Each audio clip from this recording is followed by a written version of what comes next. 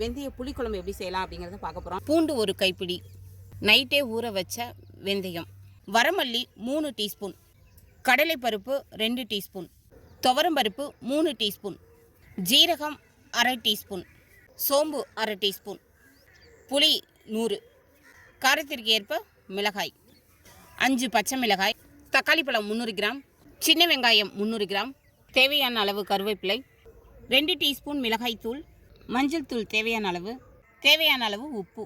இன்றைக்கான சமையலை நம்ம என்ன செய்ய போகிறோம் அப்படின்னா, வெந்தயத்தை வச்சு வெந்தய புளிக்குழம்பு எப்படி செய்யலாம் அப்படிங்கிறத பார்க்க போகிறோம். எப்பயுமே வெந்தயத்தை தாளித்து போட்டு தான் புளிக்குழம்பு செய்வோம். ஆனால் இன்றைக்கி புது மாதிரியாக நைட்டே வெந்தயத்தை ஊற வச்சு எப்படி வெந்தய புளிக்குழம்பு செய்யலாம் அப்படிங்கிறத நம்ம இன்றைக்கி வீடியோவில் பார்க்கலாம். புளிக்குழம்புக்கு தேவையான மசாலாவை வறுத்தரலாம். மல்லி போட்டுக்கலாம். இப்போது மல்லி நல்லா வறுத்துருச்சு.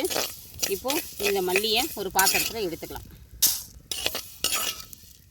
இப்போது வறுத்த மல்லியை தனியாக வச்சுக்கலாம். துவரம்பருப்பு போட்டுக்கலாம். அது கூடவே கடலைப்பருப்பு போட்டுக்கலாம்.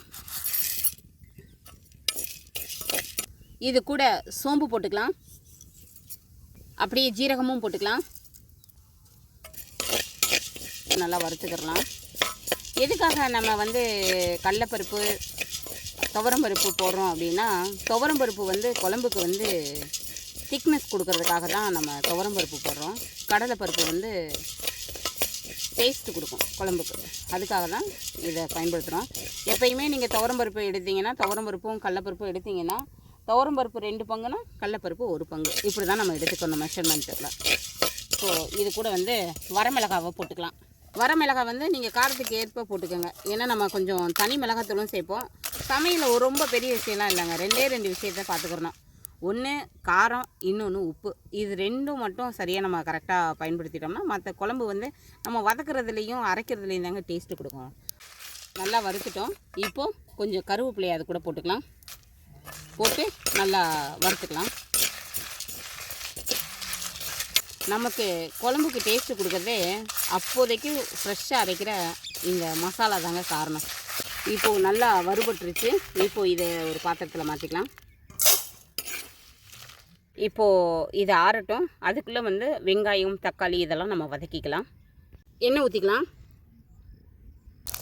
இப்போது நறுக்கி வச்ச தக்காளி பழத்தை அதோடு போட்டுக்கலாம். போட்டு நல்லா வதக்கிக்கலாம்.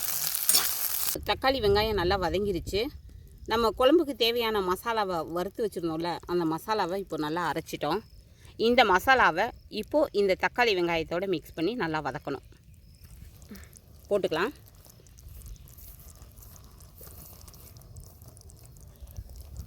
போட்டு இதை நல்லா ஒரு பரட்டிக்கலாம்.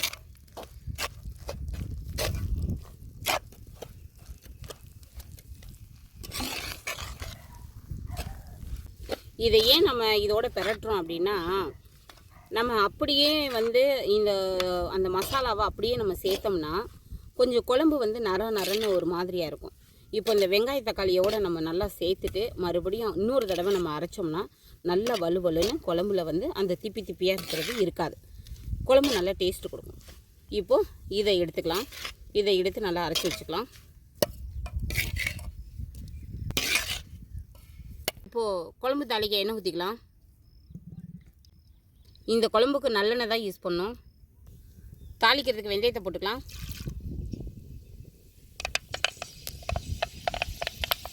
கருவேப்பிலை போட்டுக்கலாம். இப்போது 3 பச்சை மிளகாய், 1 வரமிளகாய் போட்டுக்கலாம்.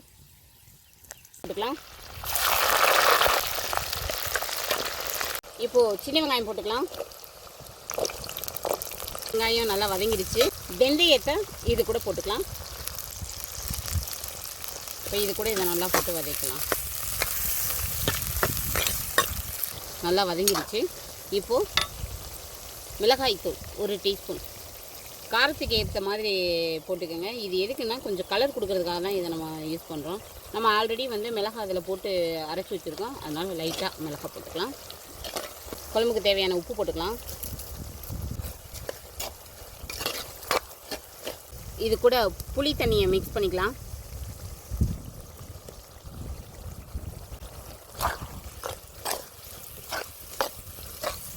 குழம்பு நல்லா கொதிக்குது. இப்போது அரைச்சி வச்சுருந்த மசாலாவை அதில் போட்டுடலாம்.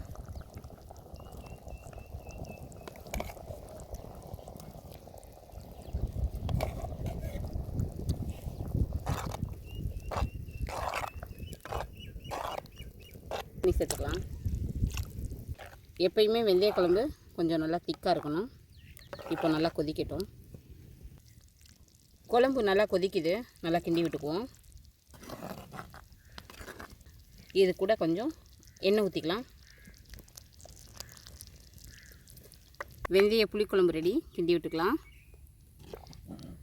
இந்த குழம்பை டேஸ்ட் பண்ணி பார்த்துடலாம். வெந்தய புளிக்குழம்பை டேஸ்ட் பண்ணி பார்க்கலாம்.